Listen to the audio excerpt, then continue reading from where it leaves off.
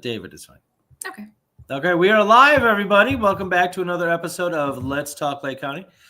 I have Laura Chesney MacKay on, and she and I went to high school together. Did you go to Carl Sandburg too? No, I went to Fremont. Okay, so we just went to high school together. Like we said before the show, I don't think we ever said hi to each other. Totally different cliques, social cliques, high school cliques, totally different.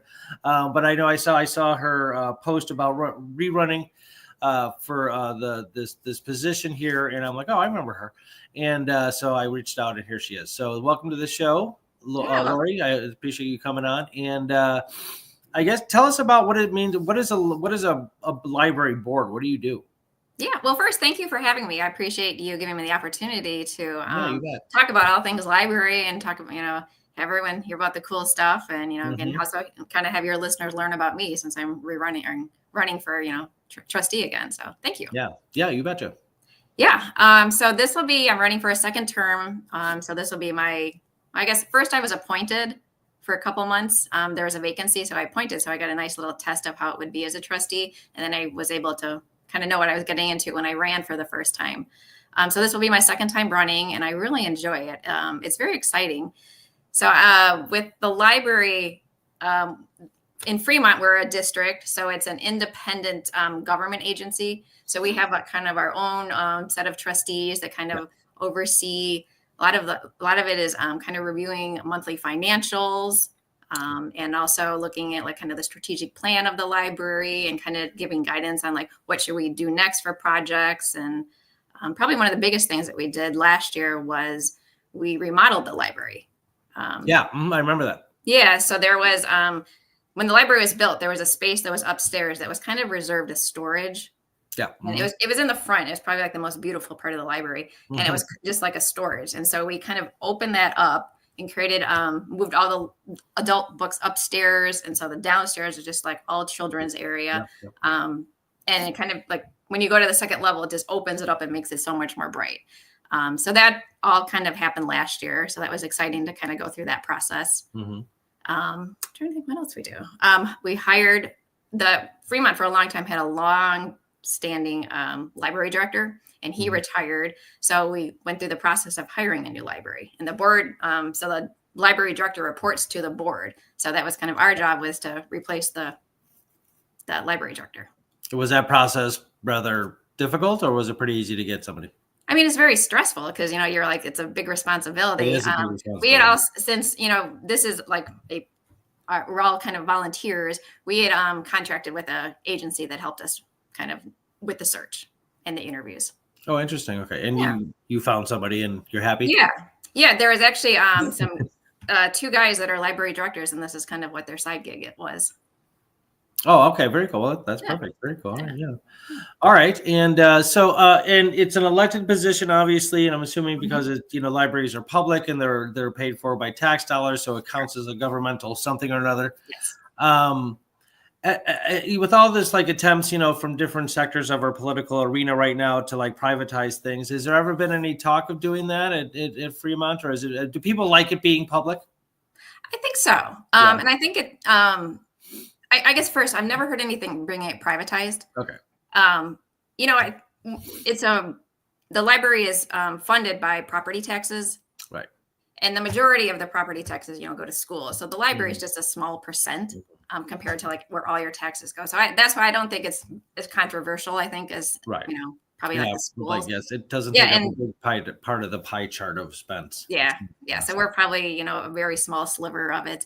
And most libraries, I think, are run very efficiently. Right. Yeah. So like when we did this remodeling project, we had saved for years so that we could fund it as we went, and we didn't have to go out for a referendum or anything. Oh, okay. To like a temporary tax to yeah.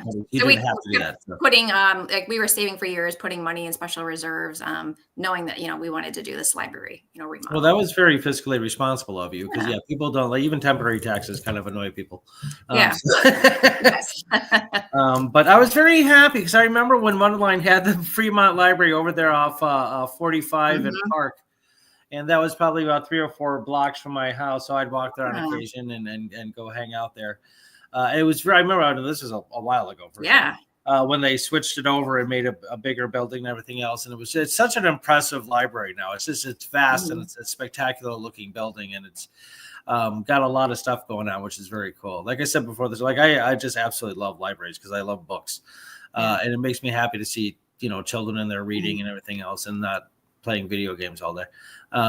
So that's very cool. So when it comes to ordering books and stuff like that, is there somebody in the staff that does it, or is that you guys, the board? No, the trustees really don't run anything day to day. There's professional libraries that have master's degree in this, and that's kind of their job, is to order books and review the books. So really our job is just very high level, kind of the director reports to us, and we kind of, basically the main thing is like overseeing the financials. Right. I mean, that makes sense. Yeah. I mean, that's usually what elected officials are. They're kind of the administrative level of a government office. So I have some friends of mine who are local, kind of like countywide politicians, and that's what they do. Holly Kim, everybody knows Holly Kim, the Lake County treasurer. Yep. Stuff like that. So, well, that's very cool. And so I had Isaiah Campos on from the Lake County board a couple times, and I think he said they meet like once every month or every 2 months or something like that. How often do you guys meet up to discuss board stuff? We meet once a month.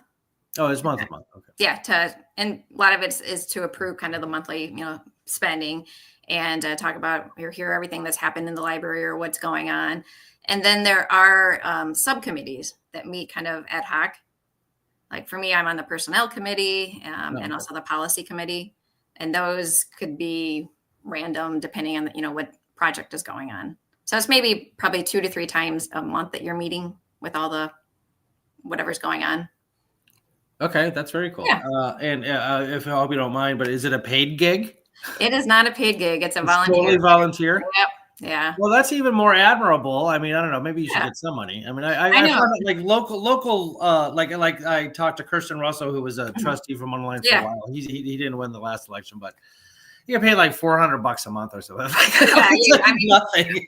It's a little something for them for their time. I think being a city trustee is probably a lot more involved. Yeah. Oh yeah, for sure. And I guess the mayor is really just sort of like a tie-breaking figurehead, like the trustee does. But like a lot of things he does, I don't think people understand or expect about like local governments and how they run. Yeah. You just assume the head of the local municipality, the mayor, is like the guy or woman there, and that's simply not the case. Yeah, they're kind of the face, but the trustees kind of usually are the ones making a lot of the decisions. Yeah, exactly. So, all right, if you don't mind me getting a little political here, we're pretty safe in Illinois because our governor right now is awesome. But any weirdness going on with book banning or anything like that? No, like you said, we are very lucky. We're in Illinois. I never thought I'd say that. Yeah, I really didn't. know. Like Illinois is like awesome right now. Right. Well, I mean, tax-wise or not, but our taxes suck, but yeah. Yeah. For libraries. So the libraries report to, they're under the Secretary of State, which is Alexi Giuliani. And he is very pro-library. So when he came into office, he, I'm trying to think here. He suggested some legislation to, I guess, ban book banning. And so Governor Pritzker put that into a law in 2023. So in Illinois, there is no book banning. Nothing. Yeah. So okay. Anybody concerned mothers, fathers from the community, like saying, hey, we don't like this book being, are there any comments on it at least? I think you can like, if you have that, you can turn it into your library, and the libraries have very good rubric, very objective rubric that they can go through to evaluate a book. To really take a look at a book and go, you know what, this might not be appropriate for kids. Exactly. Maybe we should the most objective, fair assessment of the book is that we're kind of pushing. Yeah. I guess maybe I'm giving people the benefit of the doubt when I say I know with banning books, I'm giving people the benefit of the doubt. It's probably like you said, it's they don't think it's appropriate for children. Right. And it's probably they may think it's not appropriate, but somebody else may, not be offended by it. So I think that's where you kind of come into the gray area. that's the problem with these sorts of issues, is just the subjectivity of the judgment on or the appropriateness of the material. Some people's bars or tolerance for subjects is really high. Some people are really low. Exactly. And what, may offend you, may not offend me. And exactly. Yeah, exactly. That's a tough one as educators too, with all the parents like getting involved in like their children's education. Like, well, we don't want you teaching the Diary of Anne Frank, and like, 6 other families do. Like, well, what do you do? Right. You got to pick. You either teach it or you don't. It's only, so exactly. You're never going to make everybody happy. Yeah. It's scary in Florida because, they're kind of the opposite, where they do have a lot of book banning going on. It's creepy. Like, it's really creepy. Yeah. And so, and they're probably forced to follow it because otherwise they could lose their funding. Right. Yeah. No, that's such a mess. In Illinois, we are very lucky. The libraries are very lucky. We have very lucky. Like I said, growing up, I think there was kind of a general malaise about living in Illinois. Like, it wasn't great. It wasn't awful, nothing like that. But now I'm extremely happy and very proud to live in Illinois. Our guy Pritzker is doing a great job for sure. Yeah. I like that. So, okay, very cool.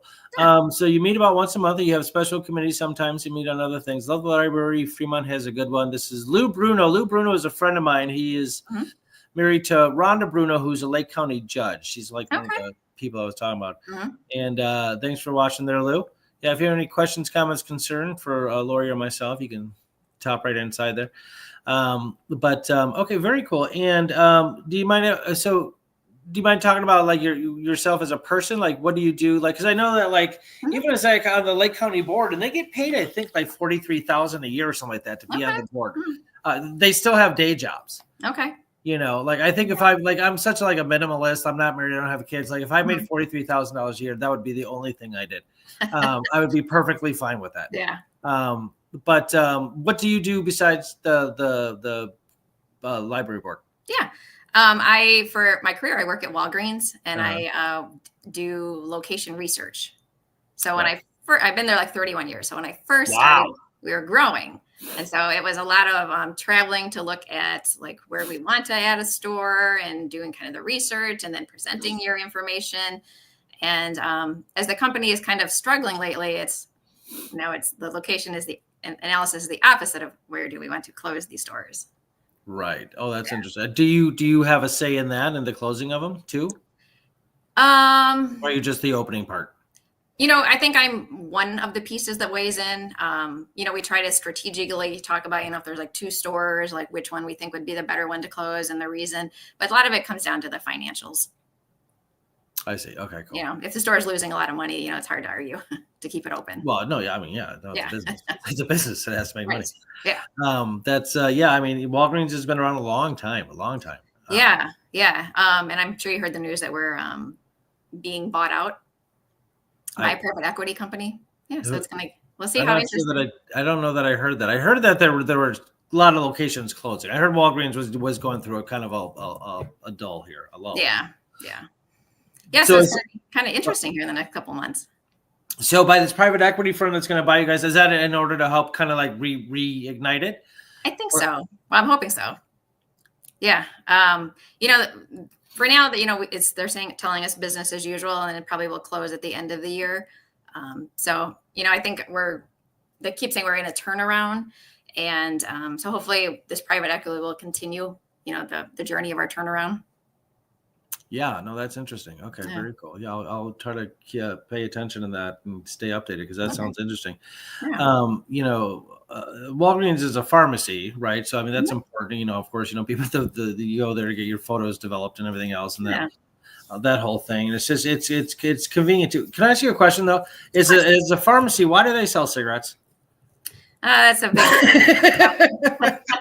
I'm just kidding, because it always that's just like people like, well, you're a pharmacy and you're for this. They're like, oh, yeah, the hard part is like our friend or our competitor with 3 letters, CVS. They stopped doing it, and so I think after that there was a lot of pressure to do it, and we continue because there's customer demand for it. Oh, I know. I'm just teasing. It's sort of an irony is all. And with your degree in geography, how does that directly what about your education applies directly to this, like finding a location for a store?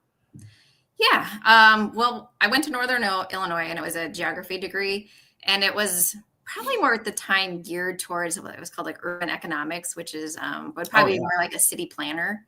Oh yeah, Um, that's cool. yeah, but their work, and I kind of realized more I wanted to go on the business side of things than more like the government side. So there were classes and kind of looking at like how cities are kind of laid out, and Yeah. it was at the start of what's called geographic information systems, which is like a kind of like a mapping system. So I was kind of learning how to, Yeah. work with that. Yeah. So, and it kind of taught you like modeling and, Hmm.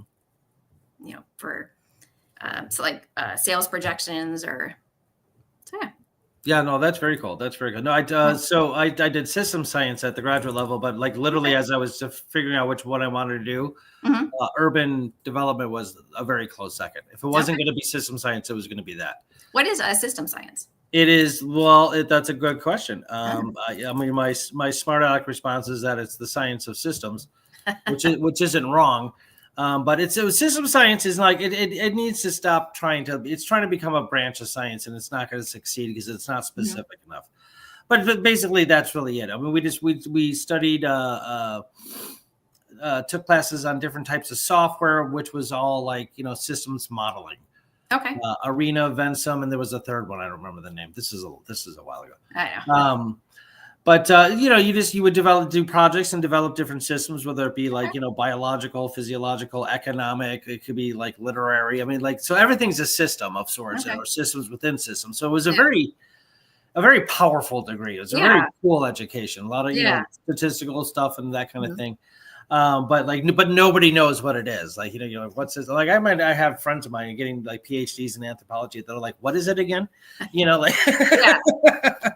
but It's a region I never heard of. Yeah. yeah, and I don't know how long it's gonna like. It might get absorbed into something else. Like they might get Okay. absorbed into like the computer sciences or Okay. something like that because it's a lot of spending time doing computer modeling. Yeah. I'm glad, was thrilled to get it. It's a very cool education, but like, yeah, it's I don't know how Yeah. applicable it is. And Okay. What school did you go to? the Portland State University in Oregon. Wow, you traveled far from home. Yeah, no, I lived there for about 12 years. Came back here about 10 Oh, years really? ago. Okay. For family stuff. Yeah. Portland's awesome. It was wonderful. I had a great time. PSU was a great school. I got my philosophy degree undergrad there, and they have a great department there. And Okay.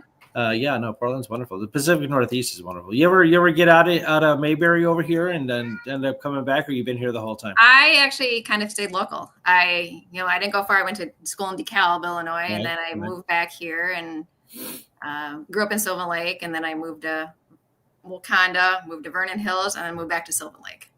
So you're in Sylvan Lake now? Yep. So yeah, I didn't move too far. No, that's cool. No, that's cool. Yeah. I think most people that we went to school with, I would say definitely over 50% of them stuck around. Probably live in like the Northern Illinois area. There's something about Mundelein that was like people like coming from Mundelein. I don't know. There seems to be a different kind of connection to Mundelein in my experience. Yeah. And I've seen people like that went to high school in Vernon Hills. Mm-hmm. Like nobody cares that they went to high school in Vernon Hills. That's so new. Yeah. So, there's something very cool. So, do you stay in touch with anybody? I'm getting a little personal. We're obviously almost at the end of the interview. Yeah. Let's see who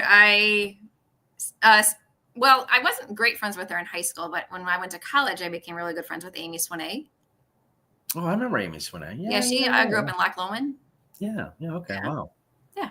Is that that's her maiden name though? Yeah. Is she married? Yeah, she's married now. Okay. That's cool. Very cool. Yeah. And then another friend, Shannon Ames, she went to Carmel. I don't know Shannon. Yeah. And then I was good friends with Jane Chase. Oh, I remember Jane. Oh. Yeah. Yeah. Unfortunately. Yeah, that was so out of nowhere. That was crazy. Yeah, that was. Her Jane, brother. Just so the viewers know, Jane passed away over the last year. Yeah, it was really sad and very unexpected. Very unexpected and very sad. Yeah, that was awful. Yeah.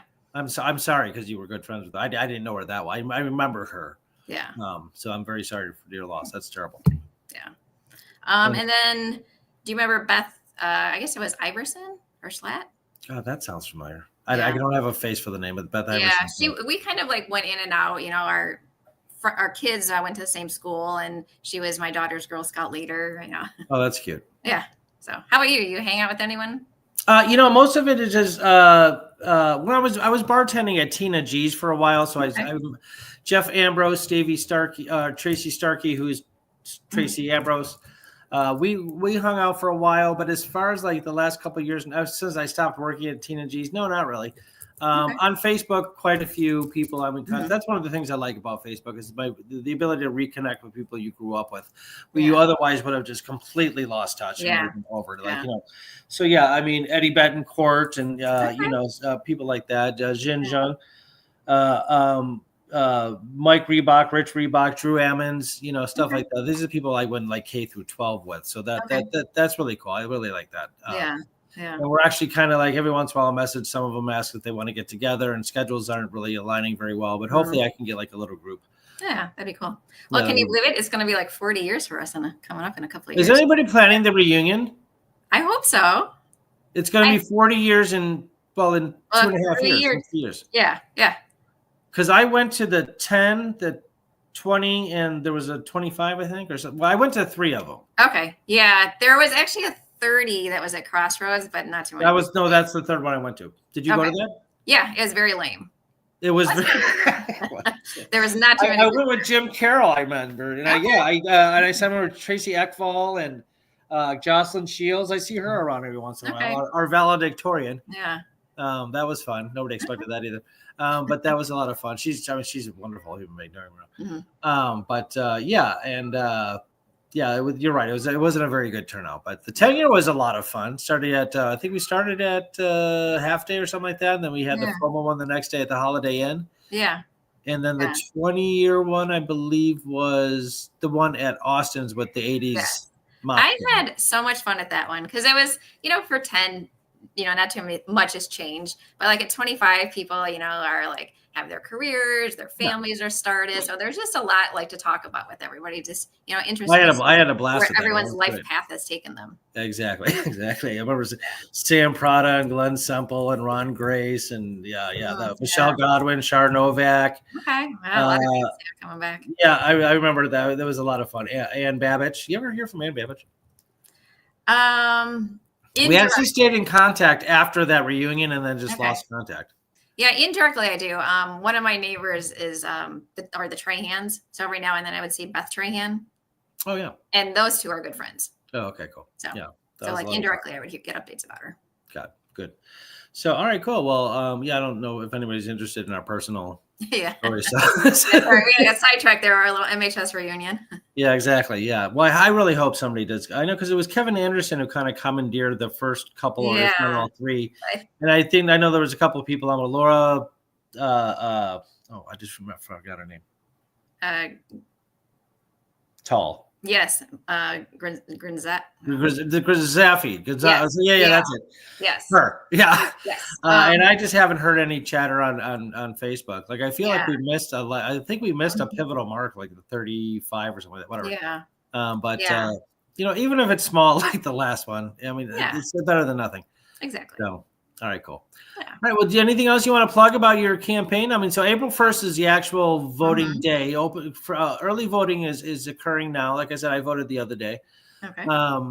Get out there and get the votes. And I want people to realize like just how important local offices are. With all the turmoil and chaos and descent into darkness we have going on at the federal level. Yeah. Your local politics and your local elected officials have a lot more impact on your day-to-day life than the federal government ever will.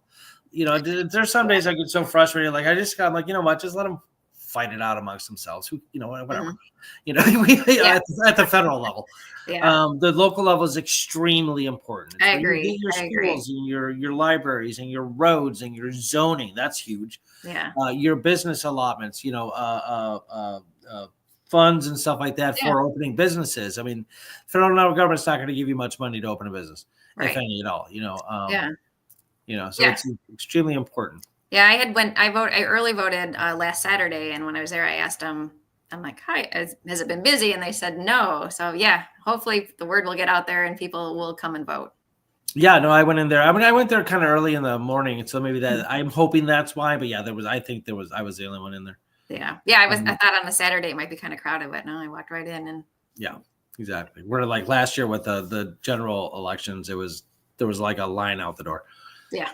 So, Yeah. And I brought my daughter that she was home for spring break last week, and it was her first time voting. So she was embarrassed because the women checking her in are like, "Yay, your first time!" It's a rite of passage. It's important. Exactly. Yeah. Civic duty. It's very important to pay attention, especially I would say, especially to the local.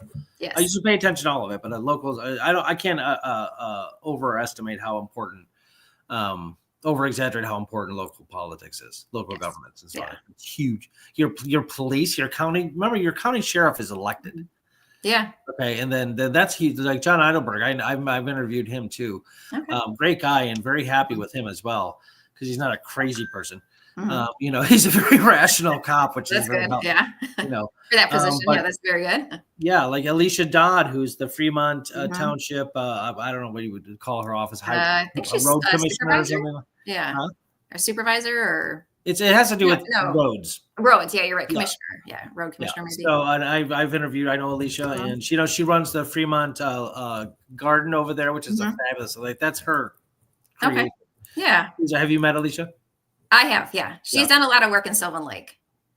Oh, okay, cool. Yeah. So, yeah. I've had if you want your snows or your roads plowed when it's snowing, you got to pay attention to these things.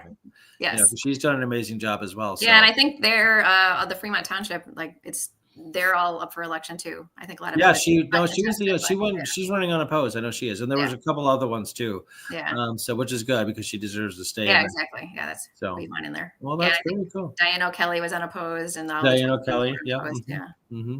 Yeah. Very interesting. Yeah. Is Sylvan Lake? You're an independent town. Do you have is your mayor up or your local village board at all? It's actually unincorporated Mundelein. So we just have an HOA. Oh, that's right. No, you're right. No, I knew that actually. Yeah. Okay. I'm on the HOA. It's you're on the HOA too? I am. Yeah. Okay, so you're one of those like rare breeds of Mundeleinians from the class of '88 who actually had ambition. So that's very cool because I don't know if you remember, like the '80s Mundelein high school kids were like 70% delinquents and like 30% like actually good normal contributing to society people. Yeah, I feel like I got ingrained in me early. Like my dad was a Boy Scout leader for many, many years. And even after like my brother had gotten out of it, my dad still did it. And I remember asking him like, why are you still like being a Boy Scout leader? And he had said that, when he was young, Boy Scouts kind of corrected his course instead of going down a bad path, it kind of corrected him. And so now this was his chance to give back. So that kind of got instilled into me early, like give back to like things that you care about. And, you never know like where you may impact somebody, and. No, see, and that's a wonderful attitude to have. And I wish more people had that attitude. I mean, this is kind of like, excuse me. And I had radio shows and stuff like that too. And I've also tried to teach classes on gardening and so on to the public, to the park district. And I try to do like little ways here and there to contribute to the public, to my community. But I know like people like you, like I have friends like you're the HOA board, you're the library board, you're a mom, you have a full-time job, you went to college, just a very ambitious, very high energy person, which is very, very good to see.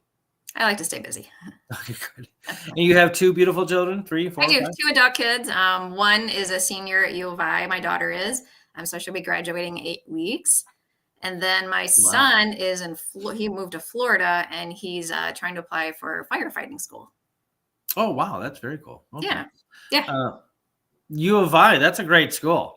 Yeah. UIC or U of I, Champaign-Urbana? U of I in Champaign. Yeah. I spent a couple weeks. That was on your list. Yeah. Well, I went down there and visited. I partied there. I didn't go to school. But it's a wonderful area. I love U of I. It's a great campus. Yeah, it is. When my daughter was thinking school, she wanted to travel all over, and so we visited all these schools, and then it kind of came down to time for her to pick, and I'm glad it was U of I. Somewhere. It's a prestigious for public university. It's a very prestigious. It's up there. So that's yeah. And that was kind of what we were trying to tell her too. We're like, why are you going to these other schools when you have a good school right in your backyard? Yeah, like a really good one. Yeah, so really cool. Do you mind if I ask what she's majoring in? She is communications. Oh, okay, cool. Yeah, and so I'll do a little mom brag. She already has a job lined up with CDW. Oh wow. CDW. That's the Computer place. discount warehouse. Yeah. Yeah. Okay. Wow. Very cool. Yeah. All right. Yeah. Good for her. That's actually I've had a lot of friends that work there. They're very happy, very Okay. successful company. Yeah, it seems like it. She did an internship there, and they had like a great training program. So I was really impressed with them. That's very cool. Very Yeah. cool. Well, good for Yeah. her. Okay. Very. All right. Well, Lori Chesney MacKay, thank you for coming on, and all good fortune and blessings upon you and your campaign. And I hope you. that you win. Again, I voted for you. Thank you again. You're welcome. And maybe we can have you on again some other time in the future. You kind of give us an update what's going on with the library, because Yeah, I'd be happy to come back. that'd be great. Yeah, Thank you thanks so for much. having me. You bet. So hold on one second so I can give you a proper goodbye after the show. Okay. Everybody, thanks for tuning in to Let's Talk Lake County. We'll talk to you next time. Yeah, there's a lag.